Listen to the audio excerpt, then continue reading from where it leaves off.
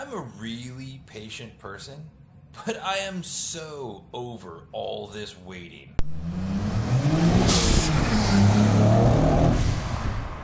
So I know I said I wasn't going to do another vlog until we got that other piece in, the coolant expansion tank, but the back order got back ordered. It's even more additionally delayed. I think it's supposed to ship tomorrow. I don't know. We'll see. I've actually done quite a bit of stuff, and I really want to kind of bring you up to speed, show you what's been going on. Check this out. The car is turned around on the ground, parked in the garage. Oh my gosh, man. It's in the garage the way a car is supposed to be. It's no longer facing that way. It's on the ground, and things are good to go. It's just looking good. I really haven't done anything extra to the engine itself. However, I do have the Car-Bing strut tower brace just kind of sitting on top. I'm not tacking it down yet, and I haven't attached the hood yet. I'm gonna need all the space I can get, work on all the coolant stuff back here once the new tank comes in, and I really just don't want to have a hood like in my way. I already started installing I think they're made by Wind Factory. It's a set of hydraulic hood props, so that way the hood can just open and close. I don't no longer need the hood thingy, bracket thing stuff, which is great because we don't have a radiator here anymore to even like hook that into, and nobody wants a hood prop anyway. So yeah, we're gonna have the nice hydraulic hood props, so that'll be cool and good to go, super funky fine.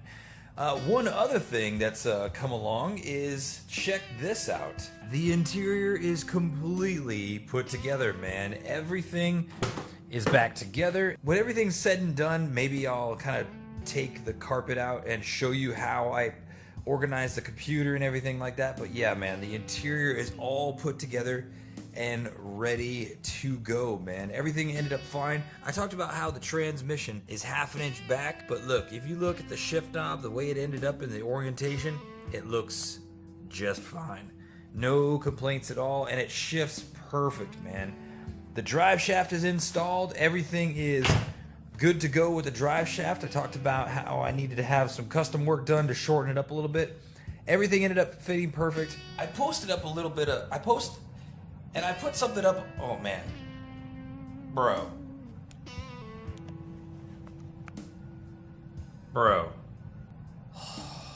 that's Hawaii, dude. It's those, and it's centipedes, and it's geckos. But I'm gonna leave that guy because you know what? Tonight he's gonna get eaten by a gecko in this garage. So, anyway, so I put something up on Instagram talking about the drive shaft and how it was modified, and I got some really good questions. And if you're not following me on Instagram, make sure you check that out. Long story short, the drive shaft is a one-piece steel drive shaft from Z1. I'm not saying that it was made incorrectly. All I'm saying is that a one-piece and a two-piece drive shaft, in my mind, mathematically, should not be the same length. Because if you think of a two-piece drive shaft being at an angle and a one-piece being at a straight, you would think the one that's at an angle would be longer than the one that's at a straight if you're using like Pythagorean theorem, right? Those two drive shafts are the exact same length. One thing that we in the Z community know, when you put a one-piece drive shaft in a Z, a lot of times you start getting some howling noise from the rear differential. I can't help but think that maybe there's some binding or binding between the yoke and the drive shaft connected to the rear differential. So maybe there's just pressure there because it's a little too long. I don't know. You ask a drivetrain specialist, they're gonna tell you you should have about 3/4 of an inch of the drive shaft coming out of the transmission. Between the yoke and the back of the tranny, where the shaft goes into the back of the tranny, there should be about 3/4 of an inch in that area there. Not only did we shorten it for the sake of what we needed for our engine swap, but I shortened it a little bit to get that 3/4, and by taking 1 1/8 out, I got that perfect 3/4 of an inch, exactly what I needed. I hope that clarifies it. In theory, right, it's supposed to be a direct swap. I think I've talked to this before. There's something about these engine mounts or this engine mount kit that's just not quite right. Go back and look at what I've talked about that. But back to the car. With the front strut tower brace installed, of course I had to do the rear. And man, to do the rear, I had to take the entire back out, the back seat, everything, man. I'm telling you, working on a 2+2 could be a pain in the butt. And it ended up super, super sweet and fine. You could see I had to make these little incisions down the side.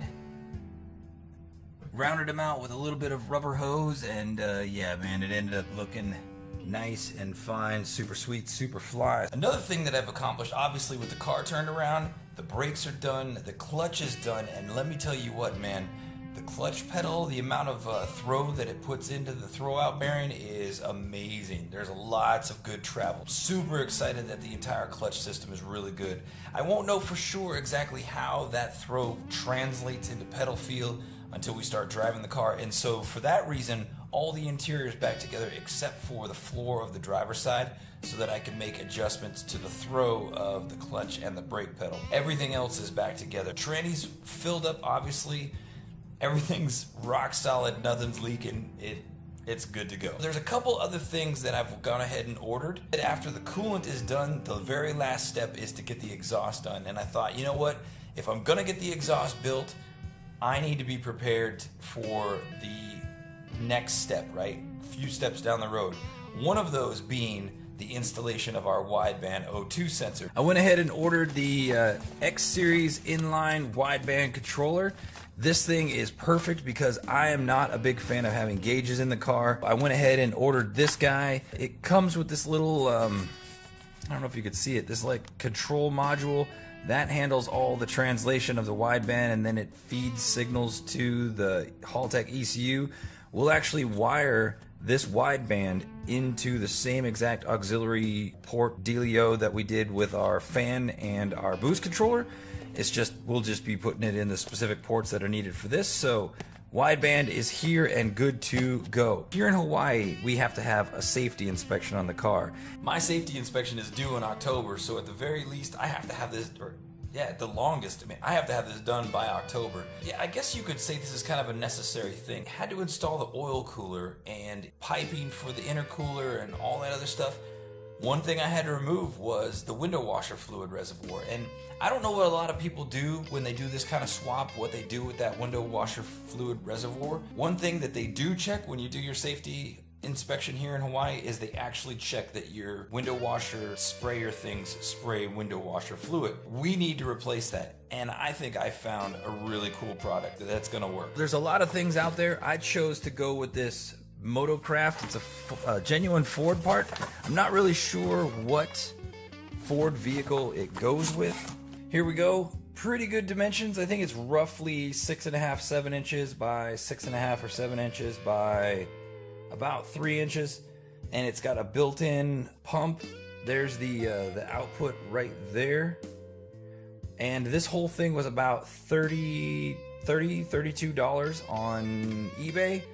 Again, genuine part. It's really well made. It's got these mounting tabs that are going to be perfect, and this will end up mounting perfectly inside this driver's side wheel well, kind of inside the bumper area like that, right about the same area where I installed the fuse box. I'm just going to build some additional brackets that come out a little bit further. There's just the right amount of space in this area.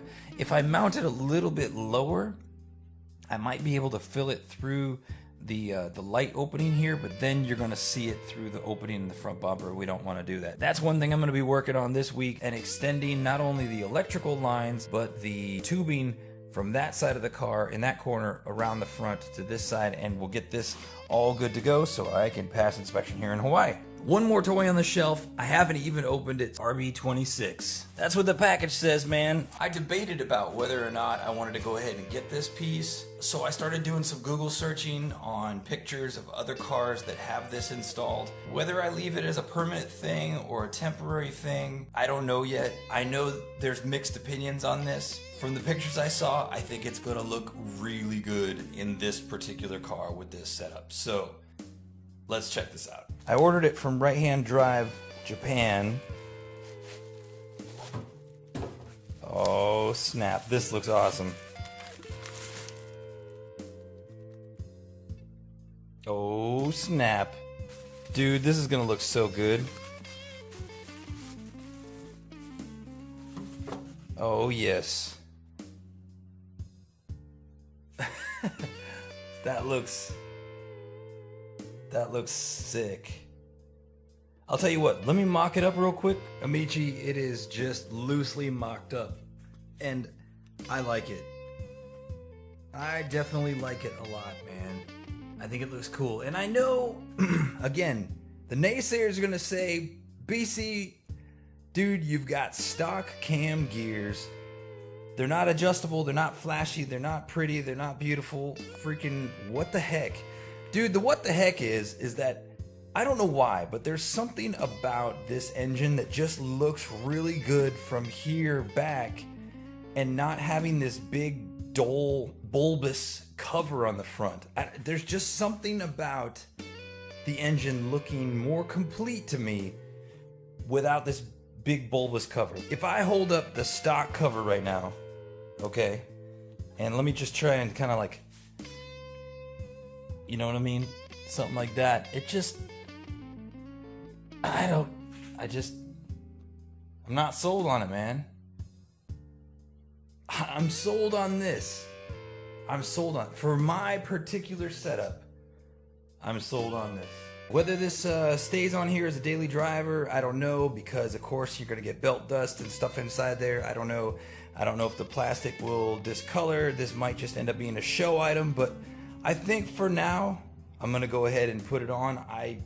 I do definitely like the way it looks. Yeah. I like the way it looks a lot, man. I like it.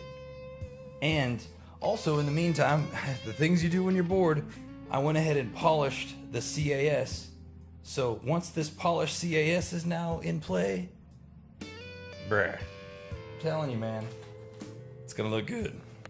It's gonna look good. It's gonna look great. So that's about it, Amici. Man, I just wanted to kind of do a quick update of everything I've been working on, all these cool goodies that have come in. I've been going stir crazy, man. And you know what BC does when he's just sitting around waiting? I actually busted out all my old engine polish, and I was polishing like the top of the radiator, and that's when you know you're hurting, right? Because this project's like freaking done, man.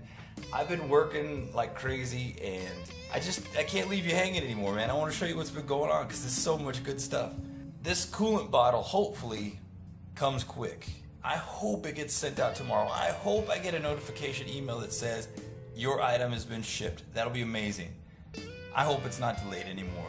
If it is, so be it. So what?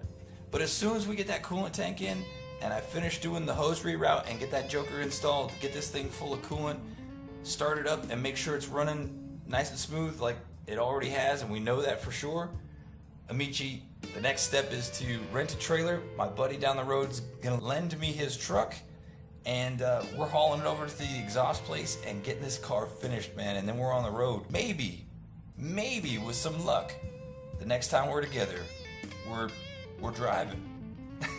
Maybe we're driving, and that would be awesome because somebody has their 40th birthday coming up in a few days, and if I can drive this car finished, complete, with this swap done on my 40th birthday, that would be great. That'd be amazing. Be amazing. So, anyway, that's all I got. Ciao a tutti and aloha. Bye-bye.